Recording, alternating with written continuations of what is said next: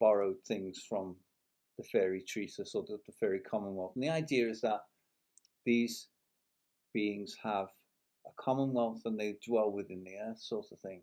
And they often, and this is one of the conclusions I've come to from experience, because in this book there's the Breckfield Poltergeist case. And I always wondered as a kid why the cellar was haunted, because if you were a spirit, and I said this with I was working with Lady Snake in Parallax World, which you can get on YouTube, and I asked her deep in the bowels of a film theatre in Liverpool, out near Egbert somewhere, top of Egbert Road, forgotten the name of it now, big film theatre, and it's still standing just about. And I asked her, for the purposes of the TV show, why would anyone want to inhabit this low realm? And I think when they come up from below, because they dwell within the earth, if you just accept the world of them dwelling within the earth, is the first room they access in a house is the cellar. And they think, this is all right, isn't it? You know. Plus, they can also, according to the fairy commonwealth, they can also see through the earth and see us walking around up on the surface. I would give some credence to that.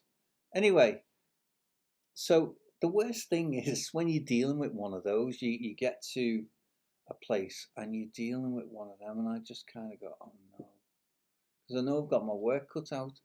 So when it's someone who used to live in the house or is attached to the house, a former tenant or owner,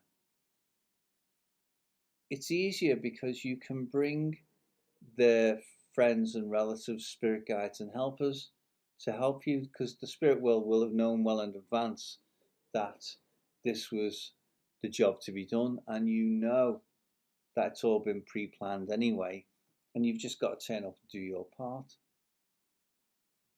But when it's one of them, now I used to have a little cabal of spiritualist mediums back in the day, who you used to have little chats with in the back room after the service, because these things never form part of a spiritualist church service, you see. Congregations in general don't understand these things. So if you can hear any noise, it's just that I've got a lot of activity going on of an etheric nature. I don't know if I said this at the start, but anyway, I've just removed someone from the house, one of them, because the problem is that when you meet them, is they never leave you alone. They're like the robbers, as it says in the Bible. They come in the night and when you least expect it. So anyway, we used to chat about things, you know. I won't say the names because some of them are still around, but one of them who's passed away was Tommy Richardson, and we used to have a little chat about things, and we'd chat about well, he called them the fairies, you know. Well, he would because he was gay, you see. But anyway, he said, you know, so we used to have to chat about them, but he understood what was going on, and some mediums do. A lot of them don't. They just ignore it, or it's not part of their thinking. And I must say, for me, it wasn't part of my thinking for a very long time. Didn't fully understand it until recently. So, so what are they? Well, they're not from this world, and they're not from the next.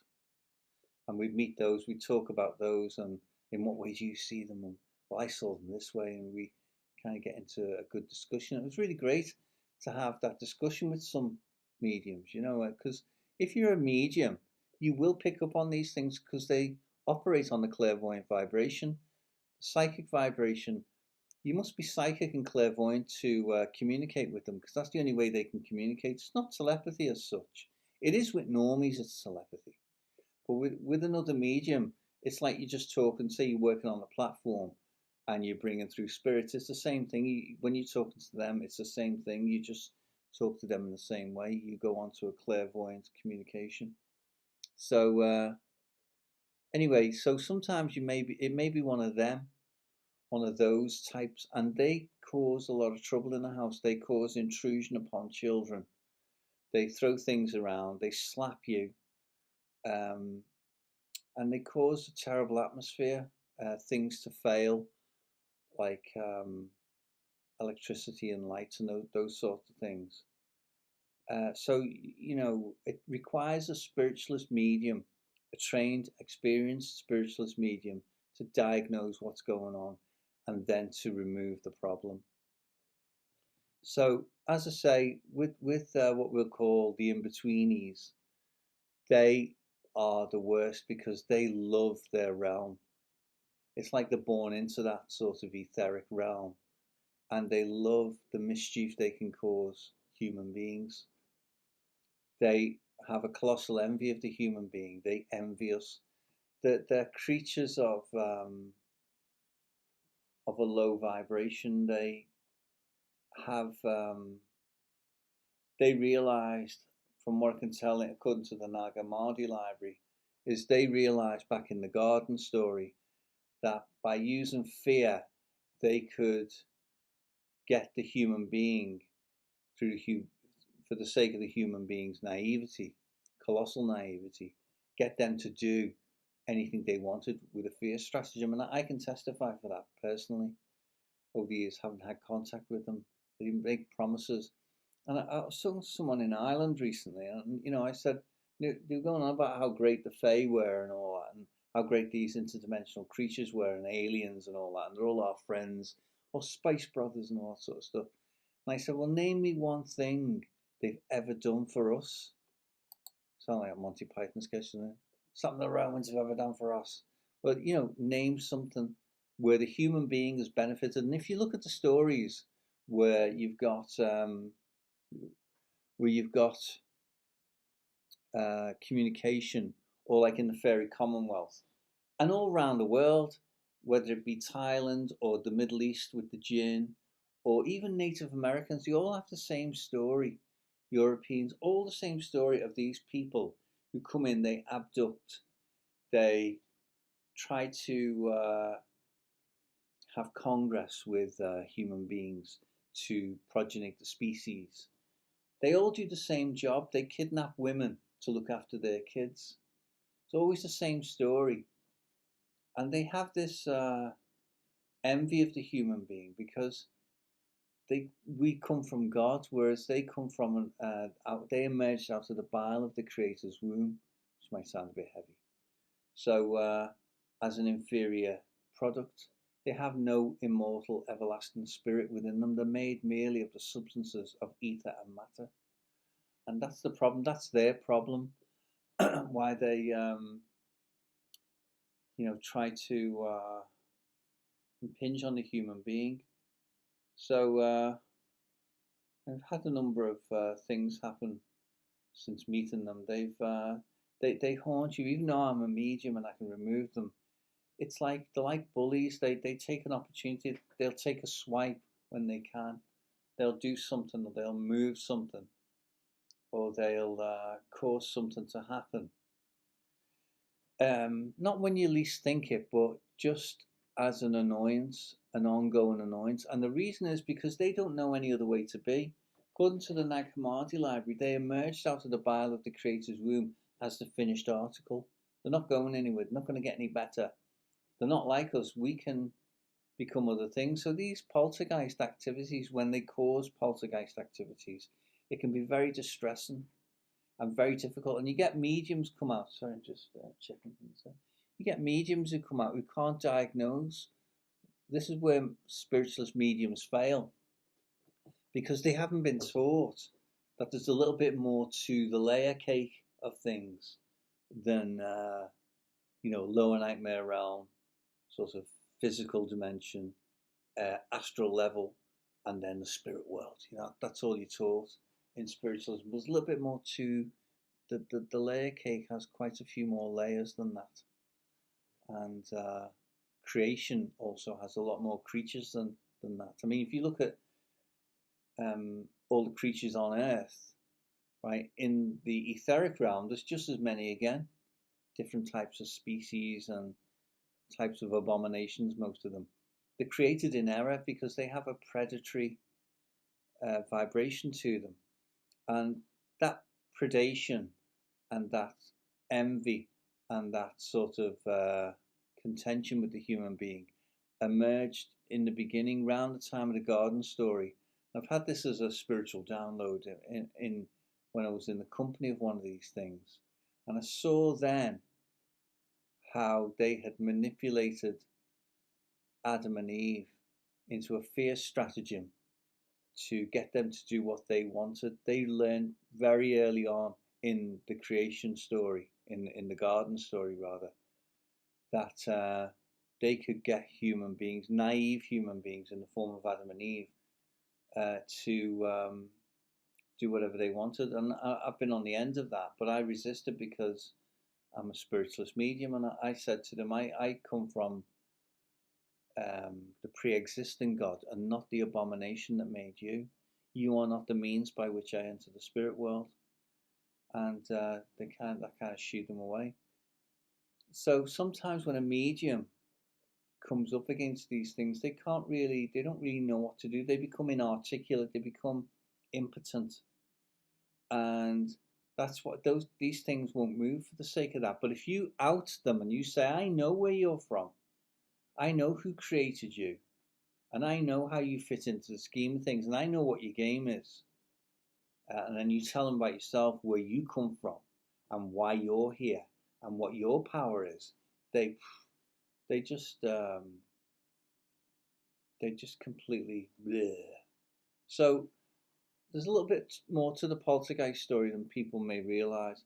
And on the subject of intrusion, is the particularly nasty at that aspect of the phenomena. So they enter through the root chakra point, which is situated in religion's taboo area, which is why you feel you're being sexually abused, or children will, and that's how they enter. If you read the ancient Egyptian texts, it lays great stress on control of the root chakra, and that was a great revelation to me, because in spiritualism and new agey stuff, everyone goes on about the heart chakra, throat chakra, crown chakra. They're all the main ones. They go on about how important it is. No one ever really talks about the root chakra, but we need to enter into discussion about the root chakra, because it dominates a lot of the Gnostic texts. Like in the Gospel of Judas, the first question Judas asks is, do the archons control my soul? And Jesus says to him, they control the soul of every human being. And in fact, let me just see what it says. Let's see here. Okay. So, Gospel of Judas. Parts of the book it's in now. I may have just referenced it in here. I'm used to the electronic version, so where look how bad these Amazon books are. That's the spine. How did that get bent there? Lordy, lordy, lordy. Look at that.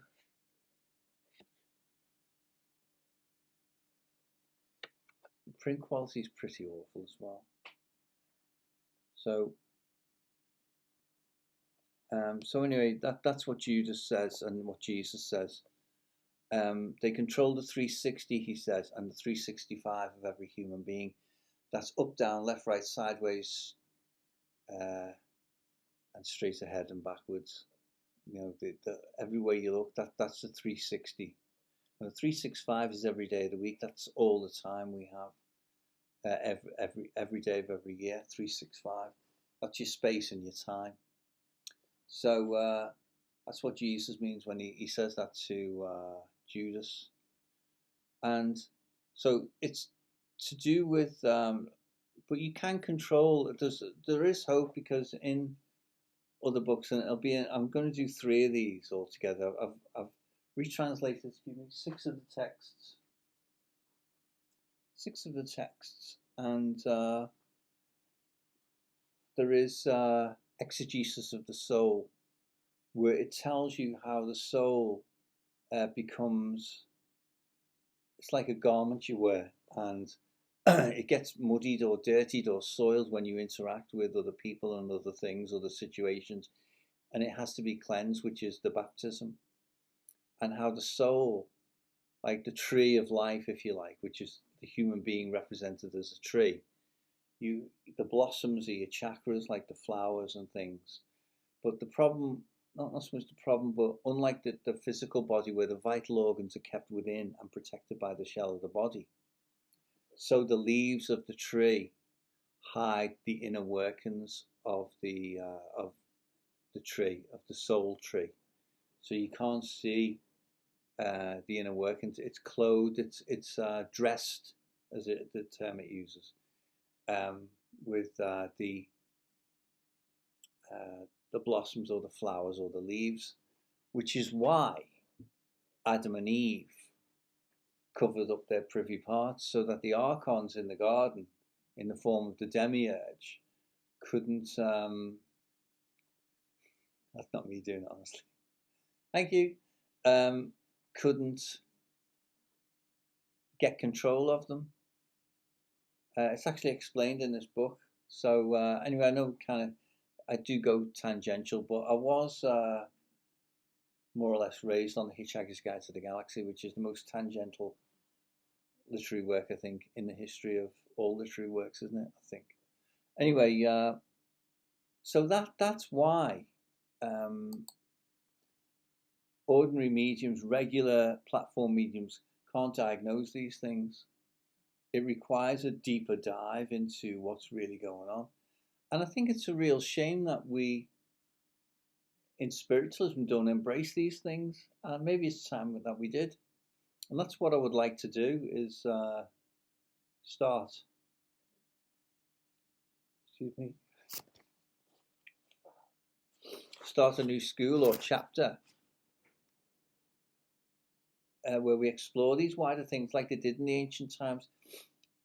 Modern spiritualists tend to think they have, I know they say they don't have a monopoly on the truth, but there's this kind of arrogance, isn't there, with spiritualists? That, well, they all think they know what spirit is and all that sort of stuff, but most of them don't even know the difference between spirit and soul.